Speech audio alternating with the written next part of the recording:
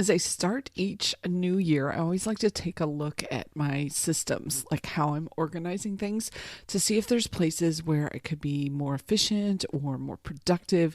And today I want to share 10 ideas with you so you can have even more time to work on your next course in the year ahead. So let's get to it. Welcome to the Course Creators HQ podcast, helping you navigate the latest techniques for creating and marketing online courses. And now, here's your host, Julie Hood. Today is a rapid fire session of 10 of my favorite ways to find more time in your life. And it's just in time because we're starting a new session of the 24-hour Course Creator Daily program on January the 11th in 2021. I created this program so you can spend 1 hour a day and get your course completed in just 24 days. I've got it all laid out for you. I tell you exactly what to do each hour, so you just sit down at your computer and get to work. Plus, I also have coaching hours. So it's about 5 weeks. We spread the 24 days out over 5 weeks. And during that time, I have coaching hours to help you brainstorm your course title and help you out if you get stuck somewhere in putting your course together. So I really hope you can join us. You can find out more at 24hourcoursecreator.com. And I'm hoping you can join us in January. We're going to have a great time. All right, so let's get to the 10 secrets. First up, the one thing I want you to do every day is plan the next day before you get started. So at the end of your day or later on before you go to bed, whichever it is, take the time to plan what you're going to do the next day, because there's something very powerful about not only writing it down and having it defined for you, but also when you can sit down at your computer and you know exactly where to start. You don't have to waste those first few minutes going, what's on my list today? What needs to happen? What is the highest priority? If you have that already figured out, you can just sit down and jump in and get to work. So definitely do that. Every day that I do that, I come up with a much more productive day. So it's something you should try and see if it helps you too.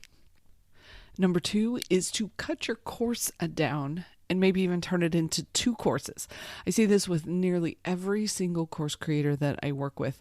They have so much good information and they're such experts, and the course outline that they put together is way too long and has way too many lessons and will just overwhelm your students. So turn it into 2 courses. You'll make twice as much revenue off the 2 different courses, and your students will be much happier because they feel like they can get through the first course pretty easily and get their initial transformation. So consider cutting your course down and turning it into 2 courses.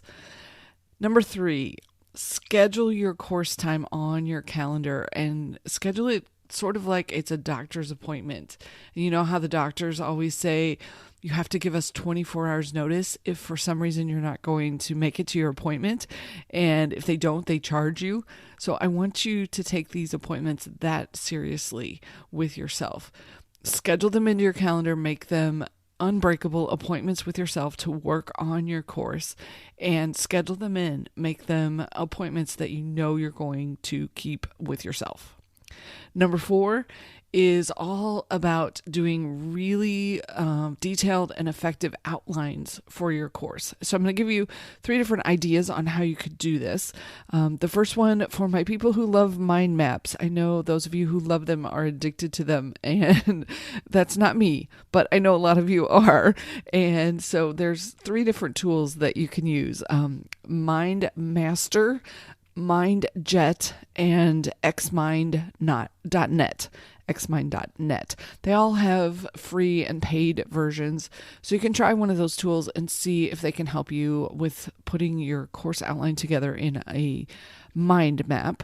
The second tool is something called Workflowy, and it's an online outlining tool for all my list making outlining folks who are like me and want to use an outlining tool. Workflowy.com is one of my favorites. And then the third method is to grab either a stack of index cards or a pile of Post-it notes. And I want you to put one topic idea, one concept on each card and each Post-it note.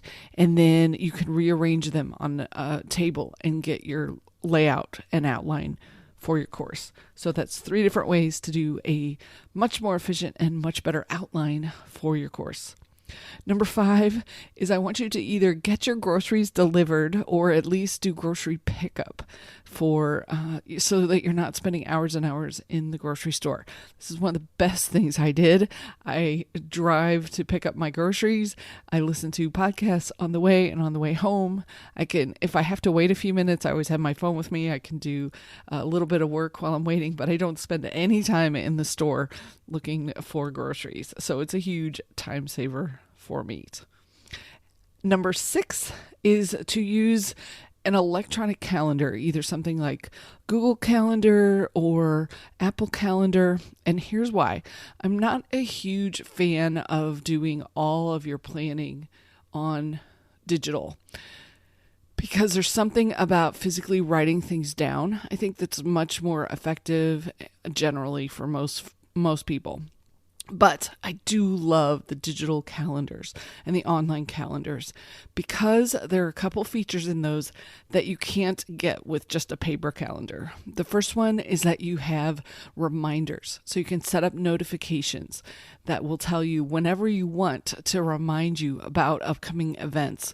So I will put notifications in that will maybe tell me 4 or 5 hours before something if I think I'm going to forget about it. And then it gives me a 10-minute notice. I can get either notices that pop up on the computer or I can get notices in my email.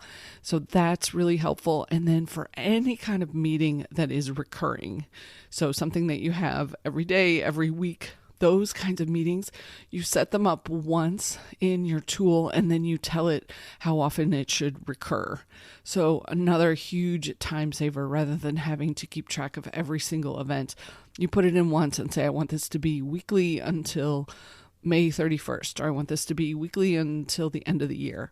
So those 2 features alone make the online digital calendars incredibly effective and helpful. And the other thing is, if you're working with anyone else, either other family members or a spouse, and you need to have some idea of each other's calendars, a digital version is really, really helpful for this.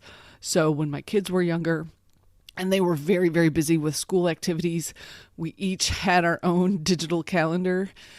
Emily was purple, David was red, and I could always see what their activities were, when they were, and I could have them all on the screen at the same time or turn them on and off if I wanted to have a cleaner calendar just of my stuff. It was really fantastic way to keep up with what our appointments were and what was going on. Okay, number 7 is to try the Pomodoro technique. If you've ever heard of this, the Pomodoro technique is that you take a timer and you set it for 25 minutes, and your goal is to sit down and do focused, intense work for 25 minutes, and then you take a 5-minute break. Get up, walk around, get a drink of water, grab some tea, whatever you need for a break. And then you do another 25-minute session. And part of the concept of the Pomodoro technique is that you can focus intensely for short periods of time. And then the break helps you reset and restart. So try that out, see how it works for you. Maybe it's not 25 minutes for you. Maybe it's 15 minutes or 20 minutes, or maybe you can even go longer than that. But try it out, see if the focused time plus a break is an effective technique to help you use your time more to use your time better. And then number 8 is to switch up whatever method it is that you're using. So if you're big paper and pen and you do a lot of writing of different concepts, try sitting down once at your computer and see if you get a different level of inspiration when you're typing in digital. Or if you're a strictly digital person, switch it up once and try using paper and pen to see if you get more inspiration, more ideas, and different ideas and inspiration. And then number 9 is to set up your own home set for doing your recording. And this was one of the things I did when I got started. And it is so, so helpful if you can find a corner of your house that you can do this in. So I have everything set up for specifically podcast recording, but also for video recording with my lights. I have 2 umbrella lights plus a ring light plus my microphone for podcasting. It's all set up at a desk with a table, and then I have a background set up for me so I can sit down, I push a button, all the lights come on, everything's ready. It's such a huge time saver. If I had to sit down and pull out the lights and dig them out of the closet and set them all up every single time I wanted to record, it would never happen. So try, if you can, to find a place in your home where you can set up just for recording whenever you want to, whenever you're ready. And then number 10, my final tip is to put all of this equipment, once you do get this set up and have your own set, is to put them on some kind of Alexa plug or power strip. So then you can just say, hey, Alexa, turn on my lights, and your whole set will light up for you. And you're not turning on each individual light and getting all the power to everything. You can do it with just one request. And I know some of these things seem like really small changes that you could make and small things that you could add, but they add up over time. When you combine all of them, you can get several hours a week back into your life. So please let me know at CourseCreatorsHQ.com/21. Let me know which of these you have used and if any of them have been helpful and given you some more time. That's CourseCreatorsHQ.com/21. I'll have links to the different software and different things that I mentioned. This is just a few of the things that we talk about in 24-Hour Course Creator, and making sure that you are able to put your course together really, really quickly and really, really efficiently. So I'm hoping that you can join us in 2021, and let's get your first or your next course done really, really quickly between January 11th, 2021 and February 15th. So thanks so much for listening. Thank you for subscribing, and I really appreciate the reviews that you leave for us. I wanted to share a really wonderful testimonial that I got from Fit Fanny Adams on Instagram. And she said, I've just found your podcast and found it refreshingly full of facts and info. It's wonderful. Thank you, Sarah Jane. And I followed up with her and we chatted a bit on DMs. And she said that she actually followed what we said in the landing page episode and got her landing page up and running within a few hours from scratch. So this completely made my day. That is totally what I'm hoping will work for you. I want you to come across these episodes, get inspired, get something up and running in just a couple hours or a couple days. So thanks so much to Fit Fanny Adams. Sarah Jane, I appreciate you. Thanks so much for leaving a review for the podcast. You're the best. And I hope you have a fantastic week and can join us for 24-Hour Course Creator in January. I would love to have you there, and let's brainstorm about your next course. Thanks so much for listening. Have a fantastic week, and I'll catch you next time.